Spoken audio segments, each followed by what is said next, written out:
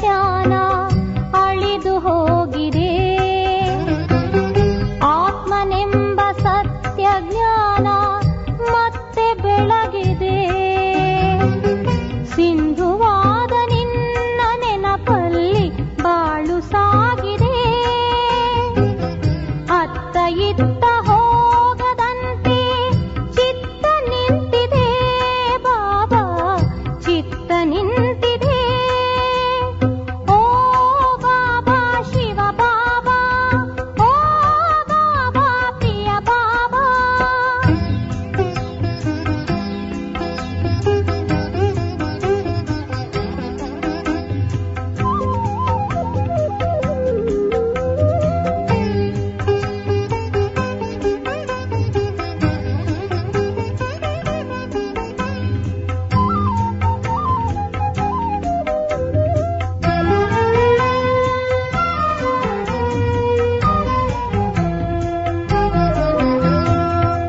ತನುವು ಮನವು ಎಲ್ಲ ನಿನಗೆ ಅರ್ಪಿತವಾಗಿದೆ. ಯೋಗಿಯಾಗಿ ತ್ಯಾಗಿಯಾಗಿ ಶರಣು ಹೋಗಿದೆ.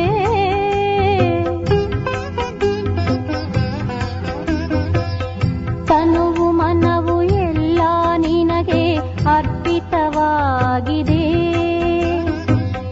ಯೋಗಿಯಾಗಿ ತ್ಯಾಗಿಯಾಗಿ ಶರಣು ಹೋಗಿದೆ.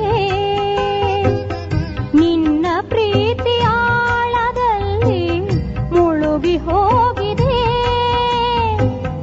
ನಿನ್ನ ನೆನಪು ಮಾಡಿ ಮಾಡಿ ಬಾಳು ಬೆಳಗಿದೆ ಬಾಬಾ, ಬಾಳು ಬೆಳಗಿದೆ. ಓ ಬಾಬಾ ಶಿವ ಬಾಬಾ, ಓ ಬಾಬಾ ಪ್ರಿಯ ಬಾಬಾ.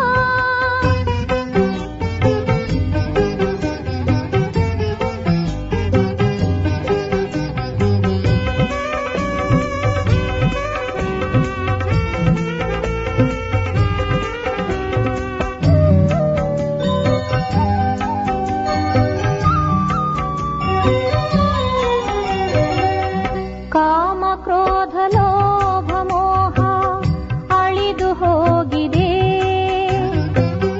ಸತ್ಯ ಶಾಂತಿ ಪ್ರೇಮ ನೀತಿ ಮನದಿ ತುಂಬಿದೆ.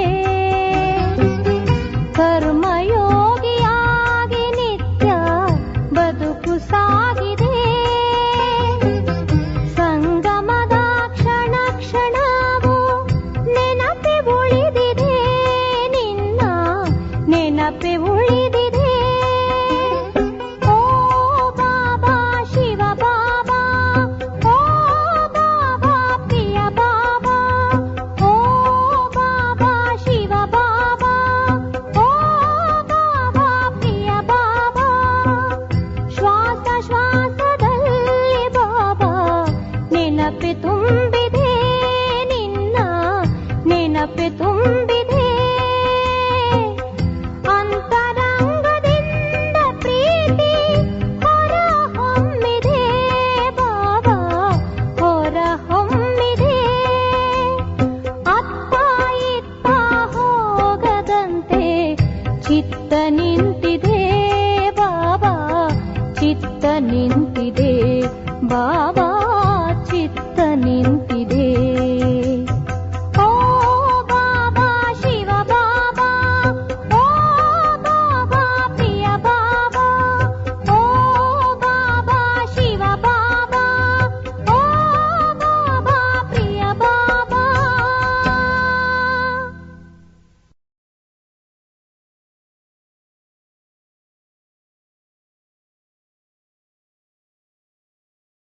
ಓಂ ಶಾಂತಿ. ಇಂದಿನ ದಿನಾಂಕ 6/11/2025. ಪ್ರಾರ್ಥ ಮುರಳಿ ಬಾಪ್ತಾದ ಮಧುಬನ. ಮಧುರ ಮಕ್ಕಳೇ, ನೀವೀಗ ಅಂಚಿನಲ್ಲಿ ನಿಂತಿದ್ದೀರಿ. ಈಗ ಈ ತೀರದಿಂದ ಆ ತೀರಕ್ಕೆ ಹೋಗಬೇಕಾಗಿದೆ. ಮನೆಗೆ ಹೋಗುವ ತಯಾರು ಮಾಡಿಕೊಳ್ಳಬೇಕಾಗಿದೆ. ಪ್ರಶ್ನೆ: ಯಾವ ಒಂದು ಮಾತನ್ನು ನೆನಪಿಟ್ಟುಕೊಂಡಾಗ ಸ್ಥಿತಿಯು ಅಚಲ ಅಡೋಲವಾಗಿ ಬಿಡುವುದು? ಉತ್ತರ: ಫಾಸ್ಟ್ ಈಸ್ ಫಾಸ್ಟ್. ಕಳೆದದ್ದು ಕಳೆದು ಹೋಯಿತು. ಕಳೆದುದರ ಚಿಂತನೆ ಮಾಡಬಾರದು.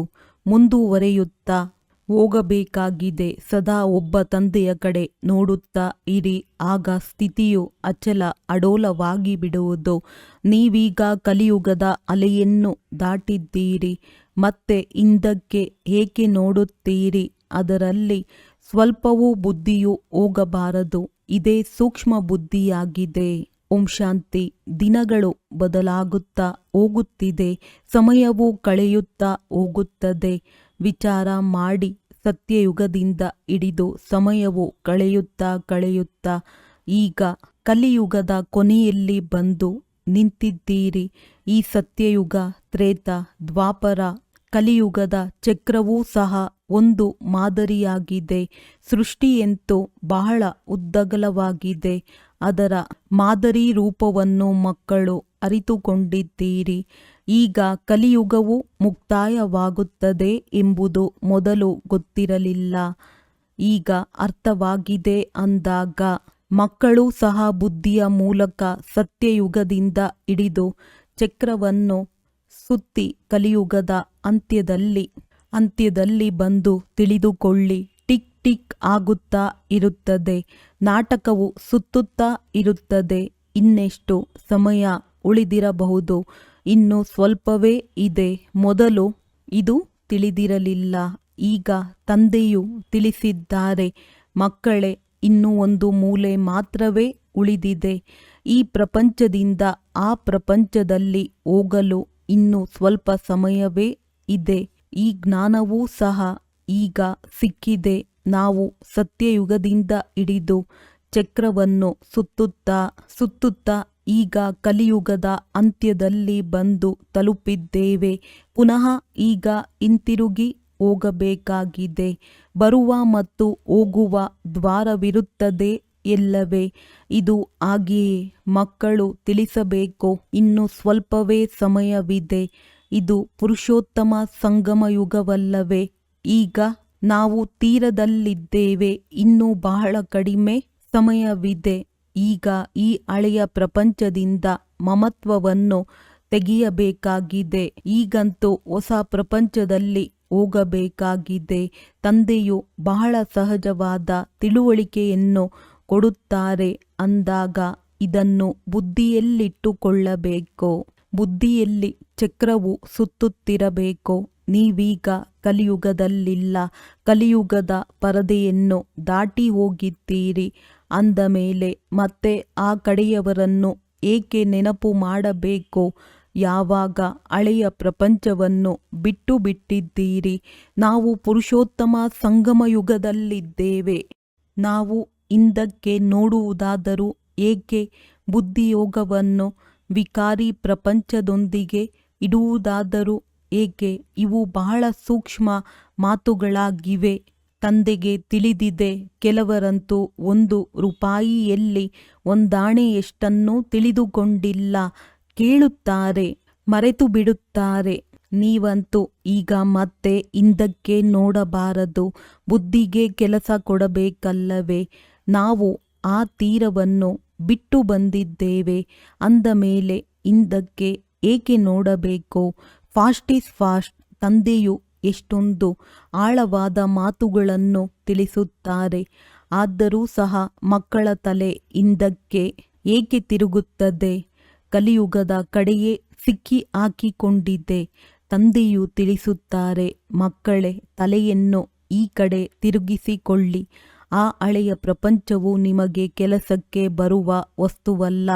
ತಂದೆಯು ಹಳೆಯ ಪ್ರಪಂಚದೊಂದಿಗೆ ವೈರಾಗ್ಯವನ್ನು ತರಿಸುತ್ತಾರೆ. ಹೊಸ ಪ್ರಪಂಚವು ಸನ್ಮುಖದಲ್ಲಿ ನಿಂತಿದೆ ಅಂದಾಗ ಹಳೆಯ ಪ್ರಪಂಚದೊಂದಿಗೆ ವೈರಾಗ್ಯ ಬರಲು ವಿಚಾರ ಮಾಡಿ. ನನ್ನದ್ದು ಇಂತಹ ಸ್ಥಿತಿ ಇದೆಯೇ? Fast is fast. ಕಳೆದು ಹೋದುದಕ್ಕೆ ಚಿಂತಿಸಬೇಡಿ. ಹಳೆಯ ಪ್ರಪಂಚದಲ್ಲಿ ಯಾವುದೇ ಆಸೆಯನ್ನಿಟ್ಟುಕೊಳ್ಳಬೇಡಿ. ಈಗಂತೂ ಒಂದೇ ಶ್ರೇಷ್ಠ ಆಸೆಯನ್ನಿಡಿ. ನಾವು ಸುಖಧಾಮಕ್ಕೆ ಹೋಗಬೇಕಾಗಿದೆ. ಬುದ್ಧಿಯಲ್ಲಿ ಸುಖಧಾಮವೇ ನೆನಪಿರಲಿ. ಹಿಂದಕ್ಕೆ ಏಕೆ ತಿರುಗುವಿರಿ? ಆದರೆ ಅನೇಕ ಮಕ್ಕಳ ಬೆನ್ನು ಹಿಂದಕ್ಕೆ ತಿರುಗಿರುತ್ತದೆ. ನೀವೀಗ ಪುರುಷೋತ್ತಮ ಸಂಗಮಯುಗದಲ್ಲಿದ್ದೀರಿ. ಹಳೆಯ ಪ್ರಪಂಚದ ತೀರವನ್ನು ದಾಟಿದ್ದೀರಿ. ಇದು ತಿಳುವಳಿಕೆಯ ಮಾತಲ್ಲವೇ? ಎಲ್ಲಿಯೂ ನಿಲ್ಲಬೇಡಿ, ಎಲ್ಲಿಯೂ ನೋಡಬೇಡಿ, ಕಳೆದುದನ್ನು ನೆನಪು ಮಾಡಿಕೊಳ್ಳಬೇಡಿ. ಮುನ್ನಡೆಯುತ್ತಾ ಹೋಗಿ, ಹಿಂದಕ್ಕೆ ನೋಡಬೇಡಿ. ಒಂದು ಕಡೆಯೇ ನೋಡುತ್ತಾ ಇರಿ. ಆಗಲೇ ನಿಮ್ಮ ಸ್ಥಿತಿಯು ಅಚಲ, ಅಡೋಲ, ಸ್ಥಿರವಾಗಿರಲು ಸಾಧ್ಯ. ಒಂದು ವೇಳೆ ಪುನಃ ಆ ಕಡೆ ನೋಡುತ್ತಾ ಇರುತ್ತೀರೆಂದರೆ ಹಳೆಯ ಪ್ರಪಂಚದ ಮಿತ್ರ ಸಂಬಂಧಿ ಮೊದಲಾದವರು ನೆನಪಿಗೆ ಬರುತ್ತಿರುತ್ತಾರೆ. ನಂಬರ್ ವಾರಂತೂ ಇದ್ದಾರಲ್ಲವೇ? ಇಂದು ನೋಡಿದರೆ ಬಹಳ ಚೆನ್ನಾಗಿ ನಡೆಯುತ್ತಿರುತ್ತಾರೆ, ನಾಳೆ ಕೆಳಗೆ ಬೀಳುತ್ತಾರೆ. ಆಗ ಇದರಿಂದ ಮನಸ್ಸೇ ಹೊರಟು ಹೋಗುತ್ತದೆ. ಇಂತಹ ಗ್ರಹಚಾರ ಕುಳಿತು ಬಿಡುತ್ತದೆ. ಅವರಿಗೆ ಮುರುಳಿಯನ್ನು ಕೇಳುವುದಕ್ಕೂ ಮನಸ್ಸಾಗುವುದಿಲ್ಲ. ವಿಚಾರ ಮಾಡಿ, ಈ ರೀತಿಯಾಗುತ್ತದೆ ಎಲ್ಲವೇ? ತಂದೆಯು ತಿಳಿಸುತ್ತಾರೆ, ನೀವೀಗ ಸಂಗಮದಲ್ಲಿ ನಿಂತಿದ್ದೀರಿ ಅಂದ ಮೇಲೆ ನಿಮ್ಮ ದೃಷ್ಟಿಯು ಮುಂದಿರಬೇಕು. ಮುಂದೆ ಹೊಸ ಪ್ರಪಂಚವಿದೆ. ಇದು ಸ್ಮೃತಿ ಇದ್ದಾಗಲೇ ಖುಷಿ ಇರುವುದು. ನಾವಿನ್ನೂ ಗುರಿ ಮುಟ್ಟಲು ಕೊನೆಯ ಹಂತದಲ್ಲಿದ್ದೇವೆ. ಈಗ ನಮ್ಮ ದೇಶದ ಗಿಡಮರಗಳು ಕಾಣುತ್ತಿವೆ ಎಂದು ತನ್ನ ದೇಶಕ್ಕೆ ಹತ್ತಿರ ಬಂದಾಗ ಹೇಳುತ್ತಾರಲ್ಲವೇ? ಕೊನೆಯ ತೀರ, ಅರ್ಥಾತ್ ಇನ್ನೂ ಸಂಪೂರ್ಣ ಹತ್ತಿರದಲ್ಲಿದ್ದೇವೆ ಎಂದರ್ಥ. ನೀವು ನೆನಪು ಮಾಡುತ್ತೀರಿ ಮತ್ತು ದೇವತೆಗಳು ಬಂದು ಬಿಡುತ್ತಾರೆ. ಮೊದಲು ಬರುತ್ತಿರಲಿಲ್ಲ. ಸೂಕ್ಷ್ಮ ವತನಕ್ಕೆ ಮಾವನ ಮನೆಯವರು ಬರುತ್ತಿದ್ದರೆ, ಈಗಂತೂ ತಂದೆಯ ಮನೆ ಮತ್ತು ಮಾವನ ಮನೆಯವರು ಹೋಗಿ ಮಿಲನ ಮಾಡುತ್ತೀರಿ. ಆದರೂ ಸಹ ಮಕ್ಕಳು ನಡೆಯುತ್ತಾ ಮರೆತು ಹೋಗುತ್ತೀರಿ. ಬುದ್ಧಿಯೋಗವು ಪುನಃ ಹಿಂದಕ್ಕೆ ಸರಿಯುತ್ತದೆ. ತಂದೆಯು ತಿಳಿಸುತ್ತಾರೆ, ಮಕ್ಕಳೇ, ಇದೆಲ್ಲವೂ ನಿಮ್ಮ ಅಂತಿಮ ಜನ್ಮವಾಗಿದೆ ಅಂದಾಗ ನೀವು ಹಿಂದೆ ಸರಿಯಬಾರದು, ಮುಂದೆ ದಾಟಬೇಕಾಗಿದೆ. ಈ ದಡದಿಂದ ಆ ದಡವನ್ನು ಸೇರಬೇಕಾಗಿದೆ. ಮೃತ್ಯುವು ಸಹ ಸಮೀಪಿಸುತ್ತಾ ಹೋಗುತ್ತದೆ. ನಮ್ಮ ದೋಣಿಯು ತೀರವನ್ನು ತಲುಪುತ್ತಿದೆ ಅಂದ ಮೇಲೆ ಕೇವಲ ದಾಟಬೇಕಷ್ಟೇ. ಅತ್ತ ಕಡೆ ಹೆಜ್ಜೆಯನ್ನು ಹಾಕಬೇಕಲ್ಲವೇ? ನೀವು ಮಕ್ಕಳು ದಡಕ್ಕೆ ಬಂದು ನಿಲ್ಲಬೇಕು. ನಿಮ್ಮ ಬುದ್ಧಿಯೆಲ್ಲಿದೆ? ಆತ್ಮಗಳು ತಮ್ಮ ಮಧುರ ಮನೆಗೆ ಹೋಗುತ್ತೀರಿ.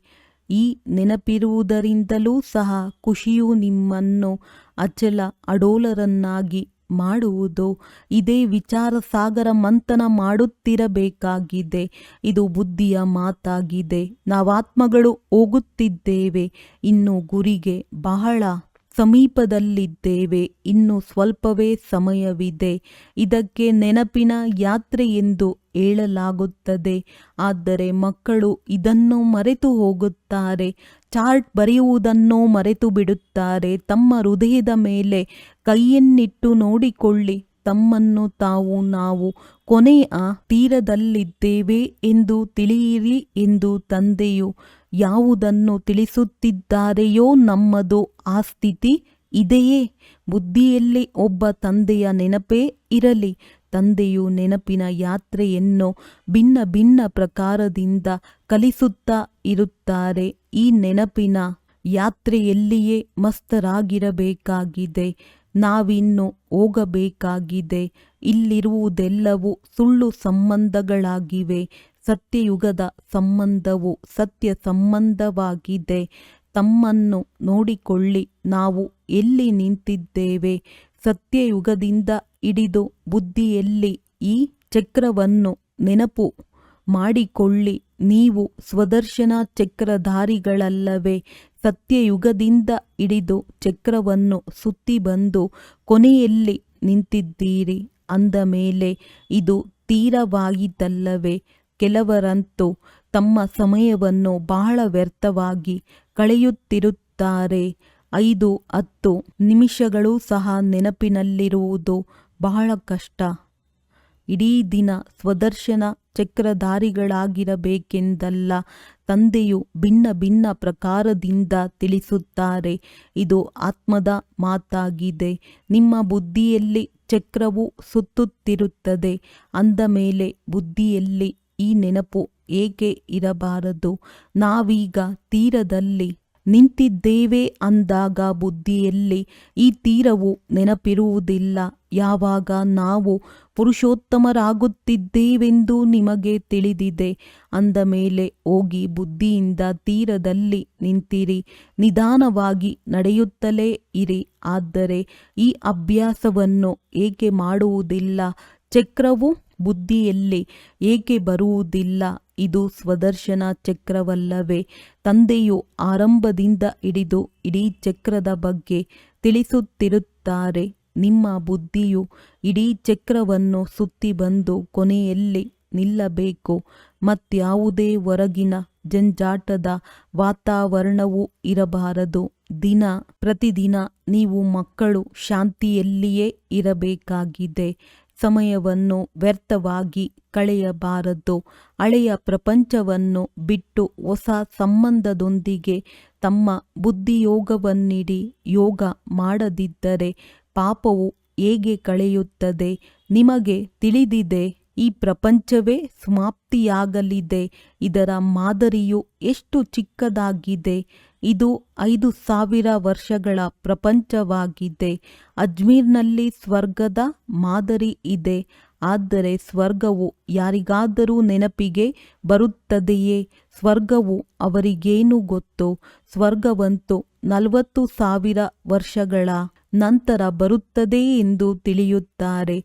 ತಂದೆಯು ನೀವು ಮಕ್ಕಳಿಗೆ ತಿಳಿಸುತ್ತಾರೆ, ಈ ಪ್ರಪಂಚದಲ್ಲಿ ಕೆಲಸ ಕಾರ್ಯಗಳನ್ನು ಮಾಡುತ್ತಾ ಬುದ್ಧಿಯಲ್ಲಿ ಇದನ್ನು ನೆನಪಿಟ್ಟುಕೊಳ್ಳಿ. ಈ ಪ್ರಪಂಚವು ಸಮಾಪ್ತಿಯಾಗುವುದಿದೆ. ಈಗ ಹಿಂತಿರುಗಿ ಹೋಗಬೇಕಾಗಿದೆ. ನಾವು ಕೊನೆಯಲ್ಲಿ ನಿಂತಿದ್ದೇವೆ. ಹೆಜ್ಜೆ ಹೆಜ್ಜೆಯೂ ನಿಧಾನವಾಗಿ ನಡೆಯುತ್ತದೆ. ಗುರಿಯು ಎಷ್ಟು ದೊಡ್ಡದಾಗಿದೆ! ತಂದೆಯಂತೂ ಗುರಿಯನ್ನು ತಿಳಿದುಕೊಂಡಿದ್ದಾರಲ್ಲವೇ? ತಂದೆಯ ಜೊತೆ ದಾದಾರವರು ಒಟ್ಟಿಗೆ ಇದ್ದಾರೆ. ಅವರು ತಿಳಿಸುತ್ತಾರೆ ಅಂದ ಮೇಲೆ ಇವರು ಬ್ರಹ್ಮ ತಿಳಿಸಲು ಸಾಧ್ಯವಿಲ್ಲ ಅಲ್ಲವೇ? ಇವರೂ ಸಹ ಕೇಳಿಸಿಕೊಳ್ಳುತ್ತಾರಲ್ಲವೇ? ಅಂದ ಮೇಲೆ ಇದನ್ನು ವಿಚಾರಸಾಗರ ಮಂಥನವನ್ನು ಇವರು ಮಾಡುವುದಿಲ್ಲವೇ? ತಂದೆಯು ನಿಮಗೆ ವಿಚಾರಸಾಗರ ಮಂಥನ ಮಾಡುವ ಯುಕ್ತಿಗಳನ್ನು ತಿಳಿಸುತ್ತಿರುತ್ತಾರೆ. ಇವೆಲ್ಲ ಗುಹ್ಯ ಮಾತುಗಳನ್ನು ಧಾರಣೆ ಮಾಡಿಕೊಳ್ಳಬೇಕಾಗಿದೆ. ಹುಡುಗಾಟಿಕೆಯನ್ನು ಬಿಟ್ಟು ಬಿಡಿ. ತಂದೆಯ ಬಳಿ 2 ವರ್ಷಗಳ ನಂತರ ಬರುತ್ತಾರೆ. ಅಂದ ಮೇಲೆ ನಾವೀಗ ಕೊನೆಯ ತೀರದಲ್ಲಿ ನಿಂತಿದ್ದೇವೆ. ಈಗ ಹಿಂತಿರುಗಿ ಹೋಗಬೇಕಾಗಿದೆ ಎಂಬುದು ಅವರಿಗೆ ಹೇಗೆ ನೆನಪಿರುತ್ತದೆ? ಒಂದು ವೇಳೆ ಈ ಸ್ಥಿತಿಯಾಗಿ ಬಿಟ್ಟರೆ ಇನ್ನೇನು ಬೇಕೋ? ತಂದೆಯು ಇದನ್ನು ತಿಳಿಸಿದ್ದಾರೆ. ಡಬಲ್ ಕಿರೀಟಧಾರಿಗಳು, ಇದು ಕೇವಲ ಹೆಸರಿದೆ. ಆದರೆ ಪ್ರಕಾಶತೆಯ ಕಿರೀಟವು ಅಲ್ಲಿ ಸ್ಥೂಲವಾಗಿ ಏನೂ ಇರುವುದಿಲ್ಲ. ಇದು ಪವಿತ್ರತೆಯ ಸಂಕೇತವಾಗಿದೆ.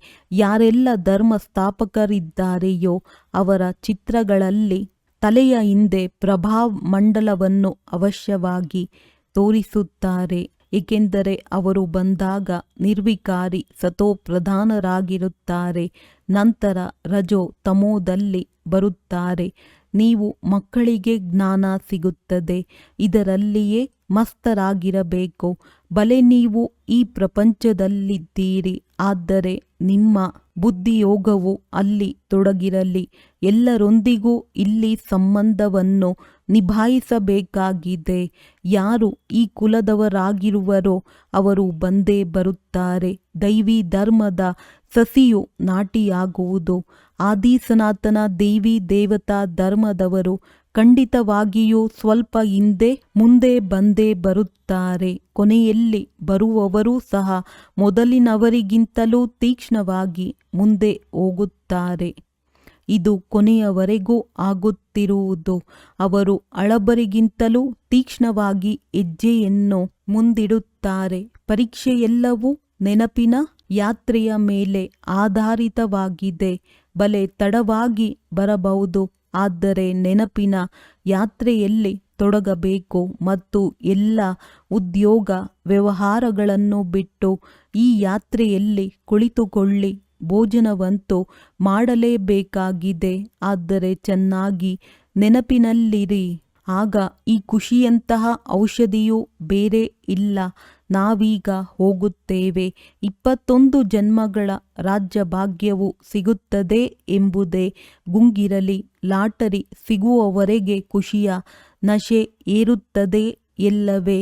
ನೀವು ಬಹಳ ಪರಿಶ್ರಮ ಪಡಬೇಕಾಗಿದೆ. ಇದಕ್ಕೆ ಅಂತಿಮ ಅಮೂಲ್ಯ ಜೀವನವೆಂದು ಹೇಳಲಾಗುತ್ತದೆ. ನೆನಪಿನ ಯಾತ್ರೆಯಲ್ಲಿ ಬಹಳ ಆನಂದವಿದೆ. ಹನುಮಂತನೂ ಸಹ ಪುರುಷಾರ್ಥ ಮಾಡುತ್ತಾ ಮಾಡುತ್ತಾ ಸ್ಥಿರ ಬುದ್ಧಿಯವರಾದರಲ್ಲವೇ. ಬಿದುರಿನ ಕಾಡಿಗೆ ಬೆಂಕಿ ಬಿದ್ದಿತು, ರಾವಣ ರಾಜ್ಯವು ಸುಟ್ಟು ಹೋಯಿತು.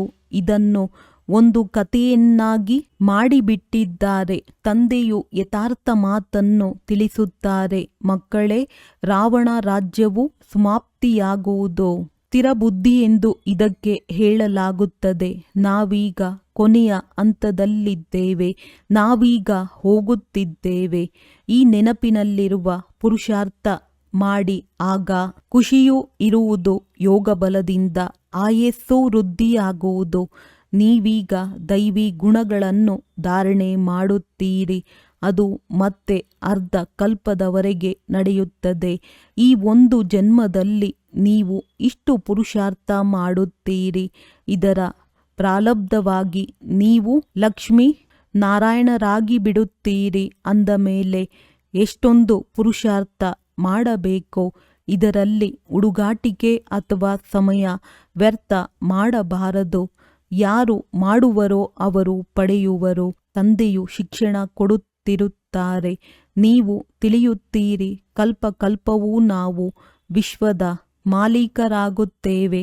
ಇಷ್ಟು ಸ್ವಲ್ಪ ಸಮಯದಲ್ಲಿ ಕಮಾಲ್ ಮಾಡಿಬಿಡುತ್ತೇವೆ. ಇಡೀ ಪ್ರಪಂಚವನ್ನು ಪರಿವರ್ತನೆ ಮಾಡಿಬಿಡುತ್ತೀರಿ. ತಂದೆಗೆ ಯಾವುದೇ ದೊಡ್ಡ ಮಾತಲ್ಲ. ಕಲ್ಪವೂ ಮಾಡುತ್ತಾರೆ. ತಂದೆಯು ತಿಳಿಸುತ್ತಾರೆ, ನಡೆಯುತ್ತಾ, ತಿರುಗಾಡುತ್ತಾ, ತಿನ್ನುತ್ತಾ, ಕುಡಿಯುತ್ತಾ.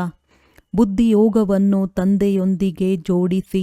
ಈ ಗುಪ್ತ ಮಾತನ್ನು ತಂದೆಯೇ ಮಕ್ಕಳಿಗೆ ತಿಳಿಸುತ್ತಾರೆ. ತಮ್ಮ ಸ್ಥಿತಿಯನ್ನು ಶಕ್ತಿಶಾಲಿ ಮಾಡಿಕೊಳ್ಳುತ್ತಾ ಇರಿ. ಇಲ್ಲವೆಂದರೆ ಶ್ರೇಷ್ಠ ಪದವಿಯನ್ನು ಪಡೆಯುವುದಿಲ್ಲ. ನೀವು ಮಕ್ಕಳು ನಂಬರ್ವಾರ್ ಪುರುಷಾರ್ಥದನುಸಾರ ಪರಿಶ್ರಮ ಪಡುತ್ತೀರಿ. ತಿಳಿದುಕೊಳ್ಳುತ್ತೀರಿ, ನಾವಂತೂ ಈಗ ಕೊನೆಯ ತೀರದಲ್ಲಿ ನಿಂತಿದ್ದೇವೆ. ಅಂದ ಮೇಲೆ ಮತ್ತೆ ಹಿಂದಕ್ಕೆ ಏಕೆ ನೋಡಬೇಕು? ಇದರಲ್ಲಿ ಬಹಳ ಅಂತರ್ಮುಖತೆ ಇರಬೇಕು. ಆದ್ದರಿಂದ ಆಮೆಯ ಉದಾಹರಣೆ ಇದೆ. ಈ ಉದಾಹರಣೆ ಮುಂತಾದುವೆಲ್ಲವೂ ನಿಮಗಾಗಿಯೇ ಇದೆ. ಸನ್ಯಾಸಿಗಳಂತೂ ಹಠಯೋಗಿಗಳಾಗಿದ್ದಾರೆ. ಅಂದ ಮೇಲೆ ಅವರು ರಾಜಯೋಗವನ್ನು ಕಲಿಸಲು ಸಾಧ್ಯವಿಲ್ಲ. ಅವರು ಇದನ್ನು ಕೇಳಿದರೆ ಇವರು ನಮಗೆ ನಿಂದನೆ ಮಾಡುತ್ತಾರೆಂದು ತಿಳಿಯುತ್ತಾರೆ. ಆದ್ದರಿಂದ ಇದನ್ನು ಯುಕ್ತಿಯಿಂದ ಬರೆಯಬೇಕಾಗಿದೆ. ತಂದೆಯ ವಿನಃ ಮತ್ಯಾರೂ ರಾಜಯೋಗವನ್ನು ಕಲಿಸಲು ಸಾಧ್ಯವಿಲ್ಲ. ಅವರಿಗೆ ಸಂಕಲ್ಪ ಬರಬಾರದೆಂದು ಇದನ್ನು ಇಂಡೈರೆಕ್ಟ್ ಆಗಿ ಹೇಳಬೇಕಾಗಿದೆ. ಯುಕ್ತಿಯಿಂದ ನಡೆಯಬೇಕಲ್ಲವೇ? ಹೇಗೆ ಹಾವು ಸಾಯಬೇಕು, ಕೋಲು ಮುರಿಯಬಾರದು ಎಂಬಂತೆ ಕುಟುಂಬ ಪರಿವಾರ ಎಲ್ಲರೊಂದಿಗೂ ಪ್ರೀತಿಯನ್ನಿಡಿ. ಆದರೆ ಬುದ್ಧಿಯೋಗವನ್ನು ತಂದೆಯೊಂದಿಗೆ ಜೋಡಿಸಬೇಕಾಗಿದೆ. ನಿಮಗೆ ತಿಳಿದಿದೆ, ಒಬ್ಬ ತಂದೆಯ ಮತದ ಮೇಲಿದ್ದೇವೆ. ಇದು ದೇವತೆಗಳಾಗುವ ಮತವಾಗಿದೆ. ಇದಕ್ಕೆ ಅದ್ವೈತ್ಯ ಮತವೆಂದು ಹೇಳಲಾಗುತ್ತದೆ. ನೀವು ಮಕ್ಕಳೀಗ ದೇವತೆಗಳಾಗಬೇಕಾಗಿದೆ. ಎಷ್ಟು ಬಾರಿ ನೀವು ಆಗಿದ್ದೀರಿ? ಅನೇಕ ಬಾರಿ. ನೀವೀಗ ಸಂಗಮ ಯುಗದಲ್ಲಿ ನಿಂತಿದ್ದೀರಿ. ಇದು ಅಂತಿಮ ಜನ್ಮವಾಗಿದೆ. ಈಗಂತೂ ಹಿಂತಿರುಗಿ ಹೋಗಬೇಕಾಗಿದೆ. ಕೊನೆಯಲ್ಲಿ ಏನಾಗುವುದೆಂದು ನೋಡುವಿರಿ.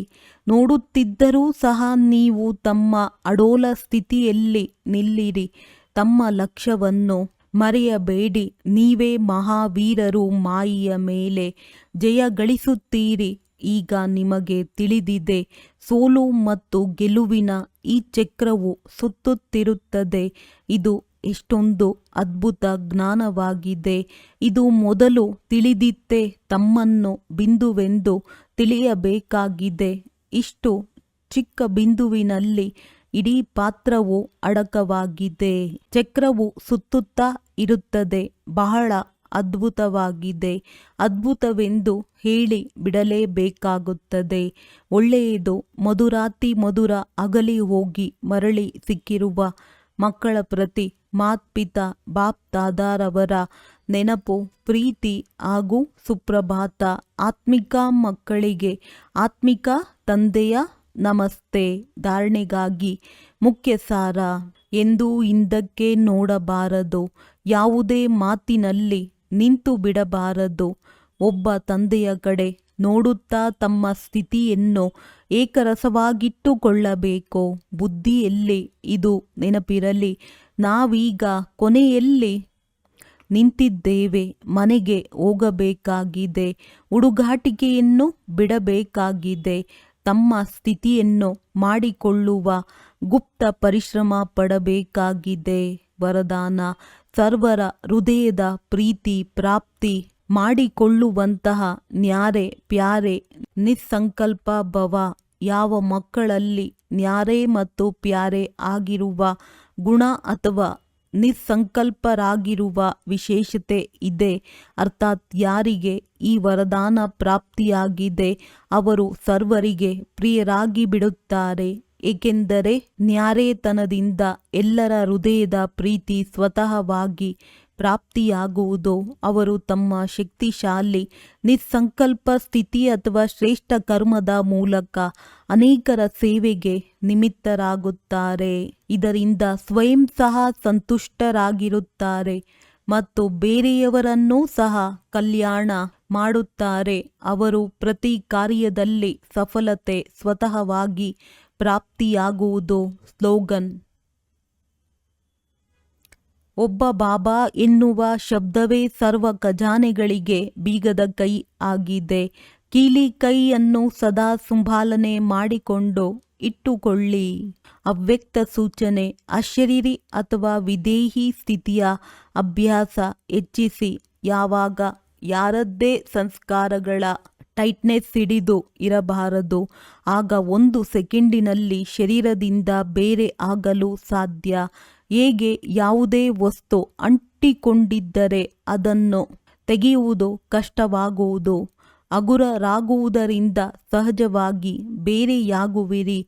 ಹಾಗೆಯೇ ಒಂದು ವೇಳೆ ತಮ್ಮ ಸಂಸ್ಕಾರಗಳಲ್ಲಿ ಸ್ವಲ್ಪವೂ ಸಹ ಸರಳವಿಲ್ಲದಿದ್ದರೆ ಅಶರೀರಿತನದ ಅನುಭವ ಮಾಡಲು ಸಾಧ್ಯವಿಲ್ಲ. ಅದಕ್ಕಾಗಿ ಸರಳ ಮತ್ತು ಅಲರ್ಟ್ ಆಗಿರಿ. ಒಳ್ಳೆಯದು. ಓಂ ಶಾಂತಿ.